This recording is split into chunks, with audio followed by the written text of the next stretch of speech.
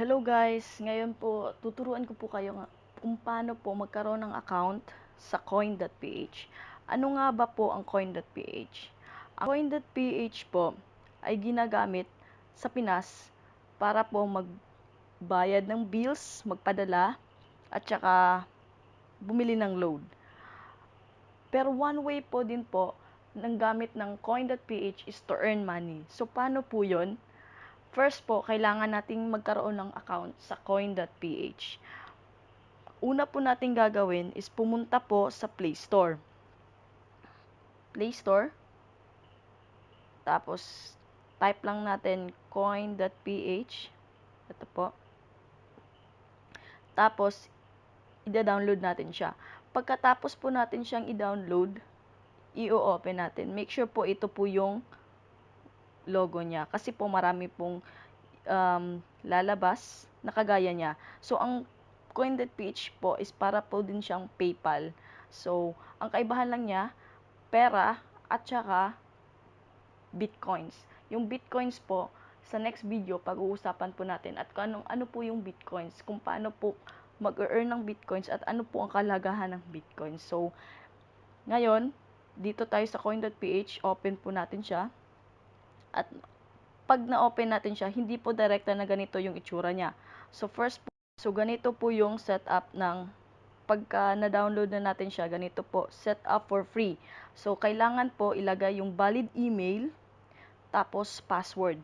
Siguraduhin nyo po yung email address niya, ilalagay nyo dito, is may ginagamit nyo po talaga. Hindi yung parang gagawa-gawa ka lang po. Kasi kailangan po dito, ma-confirm po yung email. Dapat alam mo yung password ng email mo para ma-confirm siya at para magamit mo siya. So, kapag may email ka na, ilagay mo dito, password po, may instruction po na at least 8 character and must contain a number para po, mas-secure po talaga siya. Kasi isipin po natin, tandaan po natin na yung coin.ph po is para po siyang wallet. Parang pera po siya. So, kung basta-basta mo naglagay ka lang ng password mo, nabuksan siya, pwede po yung i-transfer kasi kaya dapat ma-secure siya. Pwede kang pong manakawan. So, ngayon po, after po na magka-set up ka po dito, makikita niyo po yung ganito, Identity Verification Code form. So, saan po yan? Is ganito. Level 1 nyo, na-verify nyo na din po yung email nyo.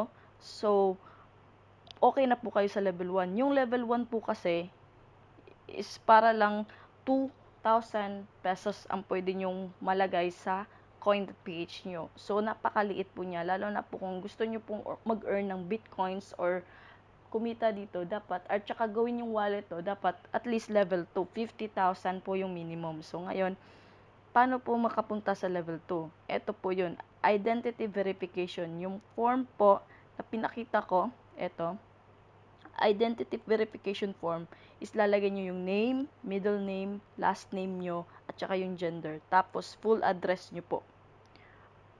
Full address nyo po to. Pag na-fill up nyo na po yung identity verification code form nyo, so, okay na din po yon. So, hihintayin nyo lang po siya na ma-verify po. So, ngayon po, sa identity verification, nangangailangan din po ng ID. Yung ID po na gagamitin nyo, yung valid ID nyo po, SSS, GSIS, PRC, ID, driver's license, passport, kung ano-anong ID po na valid po sa Pinas. Yung selfie din po dito na verification, yung ID po na nilagay nyo po dito sa identity verification form, dito sa taas, dito, yung ID nyo, kailangan nyo siyang hawakan, tapos kasama yung mukha nyo, magsiselfie kayo. Tapos po nun, 1 to 3 days po maghihintay kayo bago ko po ma-verify etong level 2. Sa akin po kasi kahapon, July 26, 2017, sumali po ako dito sa coin.ph, nag-fill up po ako dito.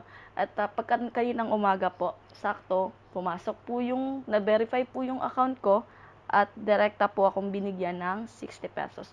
Yung 60 pesos po, na pag na-verify nyo na yung account nyo.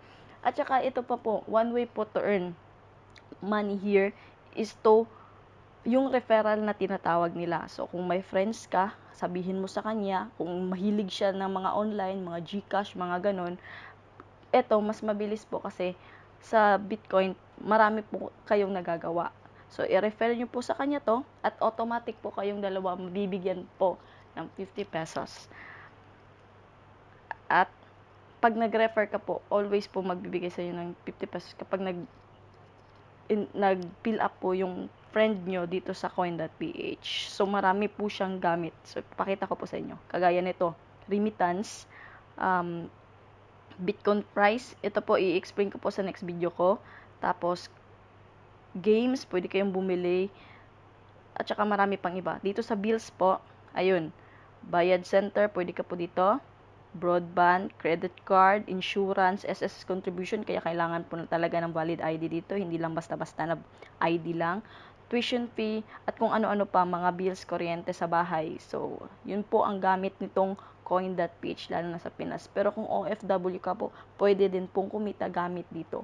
Pwede ka rin po magbigay ng load gamit dito sa Pinas. Kung may 60 pesos ka, anin mo tong 60 pesos, pwede mo po tong ibili ng load. Lagay mo yung number dito, yung amount po, at saka load up. Every time po maglo-load ka, may mga mabibigay din po sa iyo na discount. At saka dito po makikita kung ano po yung mga discount na pwede nyo ma-avail up pag nagpadala ka, pag nag-load ka, at kung ano-ano pa. So, sa next video ko po, abangan nyo po. Ituturo ko po sa inyo kung paano po kumita gamit yung coin.ph at ano po yung konektado ng coin.ph para po kumita ka. So, at ano rin po yung Bitcoin na sinasabi nila. Kung magsa-search ka po, what is Bitcoin? Search nyo po bago kayo magtaka kung ano yun, kasi yung Bitcoin po is money po siya sa internet.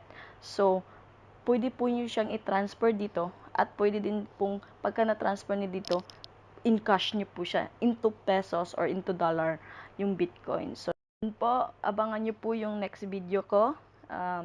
If you like this video po, please click and subscribe and see you next video. Thank you!